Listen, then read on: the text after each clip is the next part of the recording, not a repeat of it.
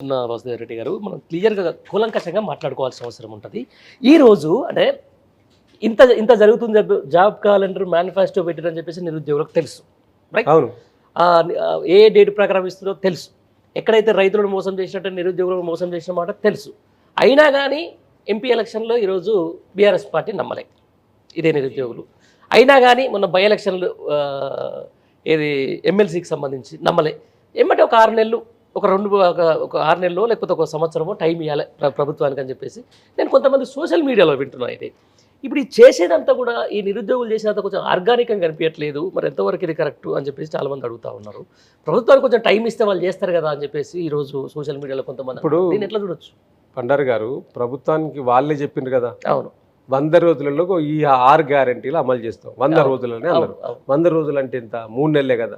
ఇప్పుడు 3 నెలలు ఎన్ని రోజులు అవుతా ఉన్నది? మీరు ఇచ్చిన 100 రోజుల హామీలనే మేము అడుగుతా ఉన్నాం. అయినా కూడా ఆ 100 రోజులు ఎప్పుడు అడగలేదు. ఆ 100 రోజులు దాటిన తర్వాతనే డిమాండ్ చేస్తాం. స్టార్ట్ చేసి మీరు ఇచ్చిన హామీలంటే మేము ఎక్కువ డేట్లు మీరు పెట్టిన డేట్లనే ప్రజల పక్షాన నిరుద్యోగుల పక్షాన ఒక ప్రతిపక్ష పార్టీగా మేము అడుగుతా ఉన్నాం. ఇలా మీరు ఒక మంచి క్వశ్చన్ అడిగినారు.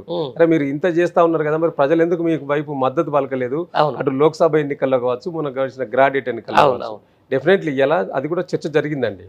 వాస్తవంగా ఇలా ప్రజలు ఏం భావించారు అంటే, కేంద్రానికి సంబంధించిన జరుగుతున్న ఎన్నికలు కాబట్టి కేంద్రంలో ఎన్డీఏ కూటమి 2 కూటమిలే చూసింది. ఓకే, ఇండియా కూటమి వైపు వేస్తే ఫలాని వ్యక్తి ప్రధానమంత్రి అవుతాడు, లేకపోతే ఎన్డీఏ కూటమి వైపు ఓట్లు వేస్తే ఫలాని వ్యక్తి ప్రధానమంత్రి అవుతాడని భావించిండ్రు.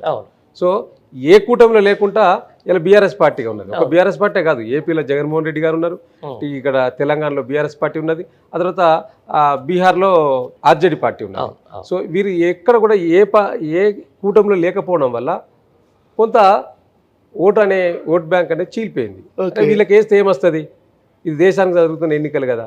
అందుకని మేము ఇప్పుడు మళ్ళీ గుర్తు చేసేది ఏంటంటే, నాడు కేసీఆర్ గారు చాలా సందర్భాల్లో చెప్పిండు, ఇలా భవిష్యత్తు అంతా కూడా ప్రాంతీయ పార్టీలదే, రేపు ప్రాంతీయ పార్టీలే దేశాన్ని పరిపాలించగలుగుతాయి అని చెప్పిండు. అది వాస్తవం అయిందా లేదా? ఒక 2 ఏళ్ల కింద సారు కారు 16 అని మేము గతంలో చెప్పినాం, గత లోక్సభ ఎన్నికలు చెప్పినాం. మొన్నసారి ఎన్నికల్లో కూడా మీరు అవకాశం ఇవ్వండి, కేంద్రంలో చక్రం తిప్పుతామన్నాం. ఒక విలేకరుండి అడిగి చెప్పడం జరిగింది, మీరు దేశానికి ప్రధానమంత్రి అవుతారని కేసీఆర్ గారిని అడిగిండ్రు. అంటే ఎందుకు కామండి, డెఫినెట్గా అవకాశం వస్తే అవుతాం అని చెప్పినాం.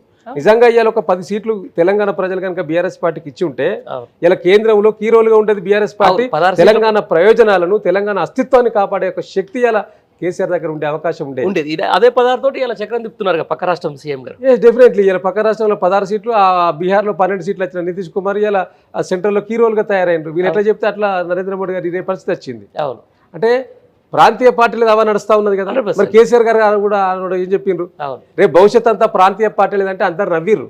బీజేపీ నాయకులు విమర్శించి ప్రాంతీయ పార్టీలు ఎక్కడి ప్రాంతీయ పార్టీలు మొత్తం కనుమరుగు అయిపోయినాయి దేశంలో అని చెప్పిండ్రు. కానీ ఇలా ఈ దేశాన్ని నడిపించేదే ప్రాంతీయ పార్టీలు. ప్రాంతీయ పార్టీలు లేకుంటే ఎక్కడ అస్తిత్వం ఉండదు, ఆ రాష్ట్ర అస్తిత్వం ఉండదు. ఇవాళ జాతీయ పార్టీలు ముఖ్యం కాదండి. ఏ రాష్ట్రానికి ఆ రాష్ట్రంలో ఉన్న ప్రాంతీయ పార్టీలే ఆ ప్రాంత ప్రజల అస్తిత్వాన్ని కాపాడే యొక్క శక్తి ఆ పార్టీలకే ఉంటుంది తప్పితే జాతీయ పార్టీకి ఒక విధానం అంటూ ఉండదు కదా. ఒకటే విధానం ఉండాలి, ఆ విధానంతో వాళ్ళు అమలు చేయాలి. ఇలా తెలంగాణకు ఏపీకి ఒక విధానం ఉండదు కదా. అందుకనే వాళ్ళ నిర్ణయాలన్నీ కూడా నేషనల్ వైడ్గా ఆలోచన చేస్తాయి. కానీ ప్రాంతీయ పార్టీల నిర్ణయాలన్నీ కూడా ప్రజల ఆలోచనలే వాళ్ళ ఆలోచనలుగా ఉంటాయి. కాబట్టి కేసీఆర్ గారు పదే పదే చెప్పింది అదే. సరే, ప్రజలు దాన్ని అట్లా భావించుకోలేదు, ఇది ఇండియా కూటమి కదా అనుకున్నారు. డెఫినెట్లీగా మేము అనుకుంటున్నాం, ప్రజల్లో తిరుగుతూ ఉన్నాం కాబట్టి, చూస్తూ ఉన్నాం కాబట్టి కొంత ఆలోచనలో పడ్డారు ప్రజలు, ఒక ఆలోచన చేస్తూ ఉన్నారు. కొంత టైం పడుతుంది, ఇంకా మారడానికి టైం పడుతుంది. నేను అదే అంటున్నా, సంక్షేమం విషయంలో ఈరోజు కేసీఆర్ చేసినంతగా ఎవరు చేయకపోతే దేశంలోనే అట్లాంటి ముఖ్యమంత్రి రారు. ఇంత చేసినా రేపు ఇలా ప్రజలు బీఆర్ఎస్ వైపు కానీ కేసీఆర్ వైపు కానీ మళ్ళకుండా వేరే పార్టీ వైపు చూసారు.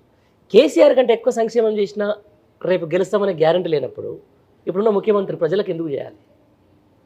ఇప్పుడు ప్రజలు ఏం చేసిండ్రంటే, ఆనాడు నాకు కొంచెం మీకు క్లియర్గా అర్థమైందని నేను అనుకుంటున్నా. ఇంత చేసిన ప్రజలకు కేసీఆర్ గారిని కాకుండా రేవంత్ రెడ్డి గారిని సీఎం చేసిండ్రు. కేసీఆర్ గారిని మరిపించేంత సంక్షేమం చేసినా కూడా రేవంత్ రెడ్డికి ఓట్లు వేసారని గ్యారెంటీ ఉందా? ఇప్పుడు గ్యారెంటీ లేదు. ఇప్పుడు నేను అదే చెప్పబోతున్నాను. ఇవాళ తెలంగాణ రాష్ట్రంలో ఈ రాష్ట్రం ఏర్పడ్డ తర్వాత తెలంగాణ సంపదను పెంచి పేదలకు పంచే కార్యాచరణను కేసీఆర్ గారు ఆనాడు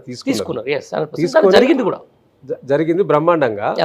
ఇలా సంపదను పెంచడంలో, సంపద సృష్టించడంలో కేసీఆరే దానికి పెద్ద గీటు రాయండి. ఎందుకంటే పేద ప్రజలను ఆదుకోవాలన్న ఒక ఉద్దేశంతో ముఖ్యంగా గ్రామీణ వ్యవస్థలో ఉన్న ప్రజానీకానికి రీసైక్లింగ్ కావాలి డబ్బులన్నీ కూడా. ఓకే. రీసైక్లింగ్ అంటే ఒక గ్రామానికి ఒక పెన్షన్ రూపంలో, ఒక ఆసరా పెన్షన్ రూపం కావచ్చు, ఇంకా ఏదైనా కూడా ఒక పెన్షన్ రూపంలో దాదాపు ఒక 15-20 లక్షలు ఒక గ్రామానికి వెళ్ళేది అన్నాడు. ఓకే. ఈ 15-20 లక్షలు ఎక్కడ ఖర్చు పెట్టేదా ప్రజలు? ఓకే. అయితే అది ఆ విలేజ్లో ఉన్న కిరాణా షాపుల మీద, లేకపోతే షాపింగ్ పోతే పట్టణానికి పోయి షాపింగ్ పెట్టడమో, షాపింగ్ చేయడమో, దాని ద్వారా మళ్ళీ పన్నులు కట్టేది కదా ప్రభుత్వానికి. అంటే రీసైక్లింగ్ వ్యవస్థను ఆనాడు కేసీఆర్ గారు ఆలోచన చేసి వారి యొక్క పెన్షన్ పెంచే విధానాన్ని కూడా కార్యాచరణ తీసుకున్నాడు. సో ఇలా అందరికంటే ఎక్కువగా పెన్షన్ ఇచ్చింది ఆనాడు కేసీఆర్ గారు. కానీ మళ్ళీ అసెంబ్లీ ఎన్నికలు రాగానే రేవంత్ రెడ్డి గారు పదవి మీద ఆశతోటి ఇష్టం వచ్చిన హామీలు ఇచ్చిండ్రు. దాదాపుగా 420 హామీలను ఆనాటి కాంగ్రెస్ ప్రభుత్వం ఇవ్వడం వల్ల మనిషి ఆశాజీవి అండి, అది ఎవరైనా మనిషి ఆశాజీవి. కాబట్టి అరే కేసీఆర్ గారు 2000 పెన్షన్ ఇస్తున్నాడు, ఈయన 4000 పెన్షన్ ఇస్తున్నాడు, ఎక్కడిది ఇయ్యలేదు అంటే నేనేమంటున్నా, అదే మభ్యపెట్టినాడే. ఇప్పుడు వీళ్ళు మభ్యపెట్టి 2000 పెన్షన్ అవ్వా నీకు ఎంత వస్తుంది 2000, ఇగో రేవంత్ రెడ్డి నీ బిడ్డ గెలవంగానే నీకు 4000 వస్తుందని చెప్పి ఈయన మీటింగ్ హాల్లో చెప్పిండు, అనేక సందర్భాలు చెప్పిండు. తాత నీ పెన్షన్ వస్తుంది, నేను రాగానే 4000 ఇస్తామని చెప్పిండు. ఇచ్చిండా అంటే ఇయ్యలేదు. ఇప్పుడు వాళ్ళ ఆలోచిస్తా ఉన్నారు. అదే ఇప్పుడు చర్చ జరుగుతూ ఉన్నది గ్రామాల్లో చర్చ జరుగుతూ ఉన్నది. అంటే వీళ్ళు ఏంది అంటే ప్రజానీకం అంతా కూడా, ప్రజలంతా కూడా కేసీఆర్ గారికి ఇచ్చిన హామీల కంటే ఎక్కువ ఇస్తారు కదా, లేకపోతే ఒకసారి ఈయనకి ఇచ్చే అవకాశం ఇచ్చి చూద్దాం, మాకు ఇన్ని డబ్బులు వస్తాయి అంటుండ్రు కదా, ఇవ్వకపోతాడా చూద్దాం అనే ఉద్దేశంతో ఆశపడి ప్రజలు ఈ ప్రభుత్వం ఏమన్నా మాకు ఇచ్చిన హామీలను నెరవేరుస్తుందని ఒక ఆలోచన కొద్దీ ఓట్లు వేసింది తప్పితే ఈ రేవంత్ రెడ్డి మీద ఉన్న ప్రేమ కొద్దో లేకపోతే ఇంకేదో చేసిన సందర్భం కాదు. కాబట్టి అవన్నీ కూడా నిజం నిలకడగా తెలుస్తుంది అన్నట్టు. ఇలా ప్రజలకు కూడా వాస్తవాలు తెలుస్తూ ఉన్నాయి. కాలం గడుస్తున్న కొద్దీ రేవంత్ రెడ్డి గారు ఇచ్చిన హామీలన్నీ బుట్టదాఖలు అయితేనే వాళ్ళకి అర్థమవుతా ఉన్నది.